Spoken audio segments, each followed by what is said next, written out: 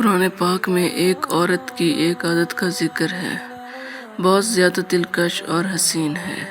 مجھے لگتا ہے کہ یہ جنت کی حوروں کی ایک خاصیت ہے جو دنیا میں عورتوں کو عطا کی گئی ہے۔ جب حضرت موسیٰ علیہ السلام اپنا علاقہ چھوڑ کر مدینے پہنچے تو وہاں انہوں نے حضرت شعیب علیہ السلام کی بیٹیوں کی مدد کی اور ان کے جانوروں کو پانی پلایا اور پھر جا کر درخت کے سائے میں بیٹھ گئے۔ تو تھوڑی دیر بعد ان میں سے ایک لڑکی حضرت موسیٰ کو بلانے کے لیے واپس آئی، اور قرآن اس کے چلنے کے انداز کو سورۃ القصص میں یوں بیان کرتا ہے: پھر ان دونوں میں سے ایک لڑکی موسیٰ کے پاس آئی جو حیا کے ساتھ چل رہی تھی۔ حیا یہ وہ خوبصورت عادت ہے جس کو قرآن پاک نے خاص کر کے بیان کیا ہے۔ حالانکہ قرآن پاک سادہ الفاظ میں بھی بتا سکتا تھا، لیکن وہ لڑکی حضرت موسیٰ کو بلانے آئی۔ لیکن نہیں، قرآن نے یہ واضح کیا کہ وہ حیا دار لڑکی تھی اور حیا کے ساتھ چل رہی تھی۔ لیکن حیا اس قدر قیمتی تھی اور وہ خوبصورت صفت ہے کہ دنیا میں ہی عورتوں کو عطا کر دی گئی۔ اگر کسی عورت میں یہ صفت نہیں ہے تو اس کا مطلب ہے کہ اس کے اندر وہ صفت نہیں ہے جو جنتی عورتوں کا ہے۔ اگر وہ جتنی جنتی عورتیں بننا چاہتی ہیں تو اسے چاہیے کہ وہ حیا کو اپنائیں۔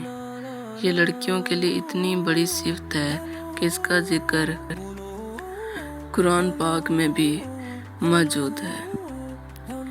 حالانکہ قرآن پاک حوروں کی صفات کا تذکرہ کرتا ہے، قرآن حوروں کے متعلق بتاتا ہے کہ وہ پاکیزگی اور حیا کا پیکر ہوں گی۔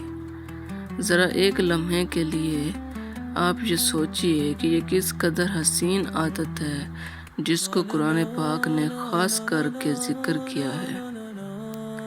اگر یہ بات اور عادت قیمتی نہ ہوتی تو شاید قرآن اس کو یوں واضح کر کے الفاظ میں ذکر نہ کرتا۔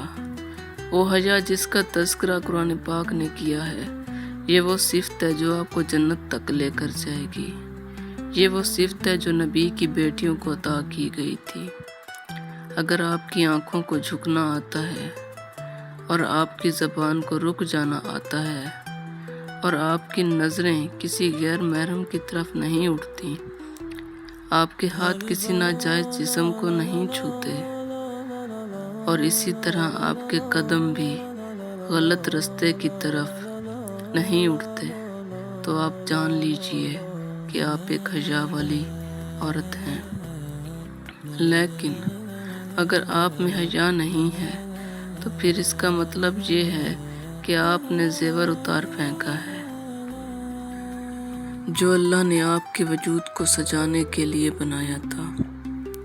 آپ نے وہ چیزیں چھوڑ دی ہیں جسے قرآن نے اس قدر قیمتی جانا کہ اسے اپنے الفاظ میں محفوظ کر لیا۔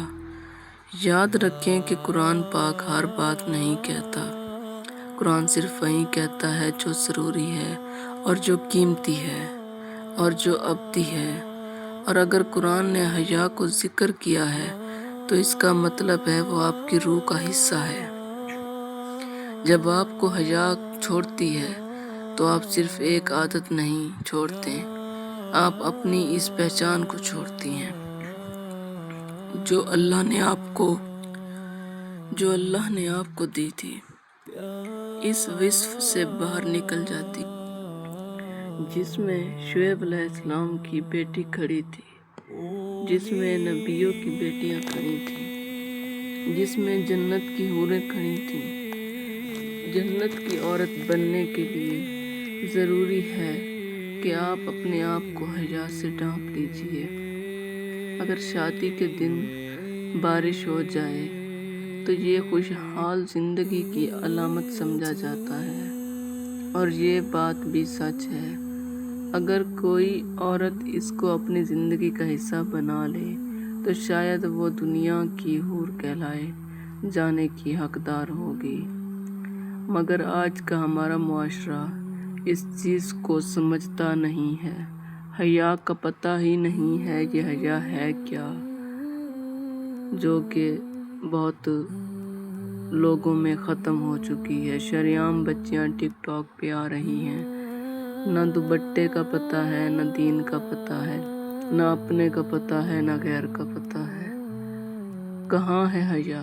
حیا تو آج کل میں سننے میں یہ آتی ہے کہ کسی کا نام ہے حیا تو اسی کو پتہ ہے کہ یہ حیا ہے، لیکن اس کے علاوہ کسی کو نہ حیا آتی ہے اور نہ ہی حیا کسی کے جسم میں رہ گئی ہے۔ وہ بات سچی ہے مگر کڑوی ہے۔ سبسکرائب کیجیے۔